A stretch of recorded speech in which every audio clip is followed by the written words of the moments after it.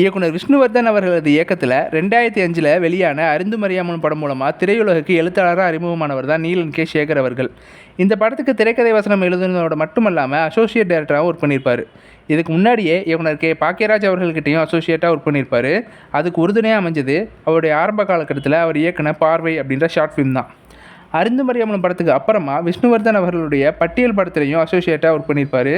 அதுக்கப்புறமா 2008 ஒரு இயக்குனராக அவதாரம் எடுக்கிறாரு.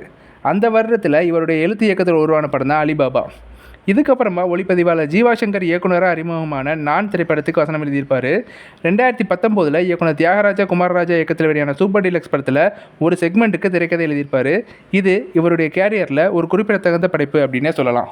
பிறகு அதே வருஷத்தில் வெளியான ஃபிங்கர் டிப்ஸ் என்ற சீரீஸ்க்கு திரைக்கதை வசனம் எழுதினார். அதுக்கப்புறமா 2020 இயக்குனர் சுதா கொங்கரா இயக்கத்தில் வெளியான சூரரை போற்று திரைக்கதைக்கு ஸ்கிரிப்ட் சூப்பர்வைசராக ஒர்க் பண்ணியிருப்பார். அதுக்கப்புறமா 2021 ஹெமம்பர் ஜஸ்ட் இயக்கத்தில் வெளியான கேர் ஆஃப் காதல் அப்படின்ற ஆந்தாலஜி படத்துக்கு டைலாக் ரைட்டராக ஒர்க் பண்ணியிருப்பார். இது 2018 இயக்குனர் வெங்கடேஷ் மகா இயக்கத்தில் வெளியான கேர் ஆஃப் கஞ்சரப்பேலம் அப்படின்ற தெலுங்கு படைப்புடைய அஃபிஷியல் ரீமேக் தான். பிறகு அதே வருஷத்தில் இயக்குனர் திலீப் குமார் இயக்கத்தில் வெளியான அட்வென்ச்சர் ரொமான்டிக் ஃபிலிமான மாறா திரைப்படத்துக்கு ஸ்கிரிப்ட் சூப்பர்வைசராக ஒர்க் பண்ணியிருப்பார்.